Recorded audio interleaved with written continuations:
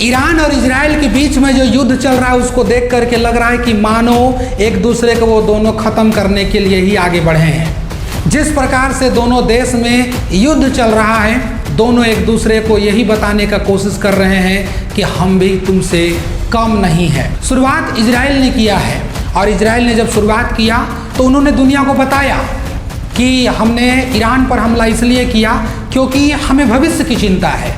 भविष्य की चिंता इसलिए है क्योंकि ईरान परमाणु बम बनाने के लिए और अपनी ताकत को बढ़ाने के लिए काफ़ी ज़ोरों शोर से काम कर रहा था। उसके वैज्ञानिक रात दिन काम में लगे हुए थे और यदि ईरान परमाणु बम बना लेता है तो उसका खुला दुश्मन कौन है, तो वो हम हैं। इजराइल खुद को कहता है कि ईरान का और कोई दुश्मन नहीं है बल्कि मैं हूँ, और वो ईरान परमाणु बम बनाएगा तो सबसे पहले मुझ पर अटैक करेगा, मुझ पर मारेगा।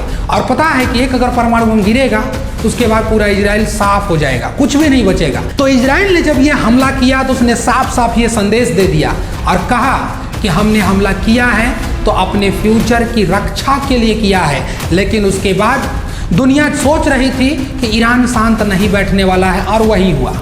ईरान शांत नहीं बैठा।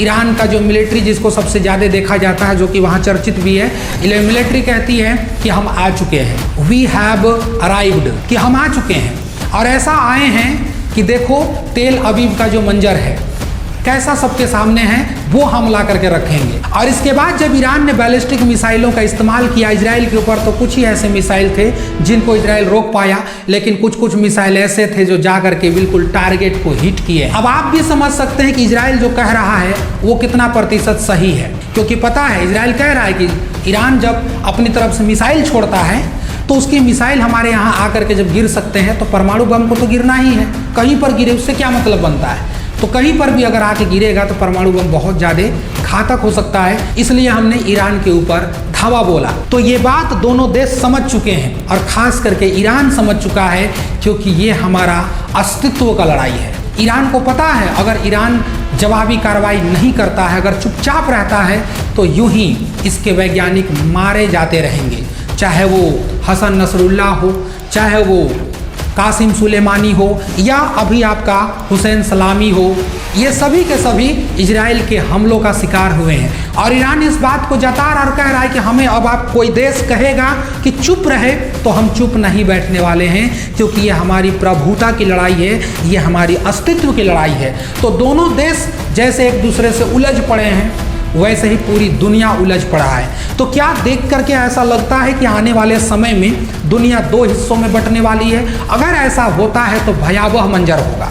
और कहीं ऐसा हुआ कि चल तुमने मेरे ऊपर मारा, हमने तेरे ऊपर मारा, दोनों मार मार के एक दूसरे को शांत कर लो, दोनों देश का जनता खुश हो जाएगी, खत्म।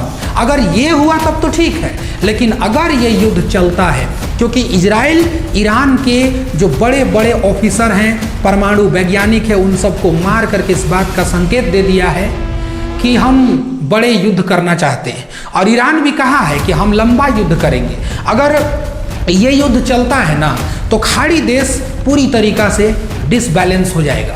अगर ये युद्ध चलता है तो खाड़ी देशों में बिल्कुल अशांति का माहौल हो जाएगा। और अगर खाड़ी देश में अशांति का माहौल होने का मतलब पूरी दुनिया डगमगा जाएगी। इसका रीज़न है भारत पर भी इसका असर पड़ेगा, क्योंकि ईरान को पता है कि ईरान कह दिया है कि कब तक हमारे वैज्ञानिकों को मारा जाएगा, कब तक हम यूं ही खामोश रहेंगे। वो तो शुक्र है अभी तक ईरान परमाणु बम संपन्न नहीं कर पाया है, एटॉमिक पावर अभी तक वो अनाउंस नहीं कर पाया है, अन्यथा क्या करता उसको पता है। क्योंकि सभी को मालूम है कि अगर ईरान बैलिस्टिक मिसाइल छोड़ रहा है या तो हाइपरसोनिक मिसाइल छोड़ रहा है जो लगातार इजराइल के टारगेट को हिट कर रहे हैं, अब आप सोच सकते हैं कि अगर वो मिसाइल को इजराइल पर अटैक करवा सकता है तो परमाणु बम गिराने में कौन सा दिक्कत जाता है, कहीं भी भर के भेज दिया जाएगा। तो इजराइल कह रहा है कि ईरान इतना हद तक इनरिच कर लिया था कि हमको आने वाले समय का डर था, इसलिए हमने अपनी आत्मरक्षा के लिए ईरान पर हमला कर दिया। अब ईरान ने यही बात को कहा दोहरा कर कि भाई तुमने युद्ध का शुरुआत किया है, हमने तो कुछ नहीं किया। और ईरान पूरी दुनिया वालों को बता भी रहा है कि देखो हमने युद्ध का शुरुआत नहीं किया है, लेकिन जब कोई करेगा तो हम तो जवाब देंगे। और जवाब ऐसा दे रहा है कि जिसका मंजर आप सब देख रहे हैं। अगर ये युद्ध चलती है, लंबी चलती है, तो फिर इसका खामियाजा पूरी दुनिया को भुगतना पड़ेगा। एक तरफ इजराइल है, इजराइल का साथ ना चाहते हुए अमेरिका देगा, नाटो के देश देंगे, ब्रिटेन हो गया, फ्रांस हो गया, जर्मनी हो गया, ये सब देंगे। लेकिन दूसरी ओर ईरान है, ईरान का खुला समर्थन रूस से मिलने वाला है, ईरान को खुला समर्थन चाइना से मिलने वाला है।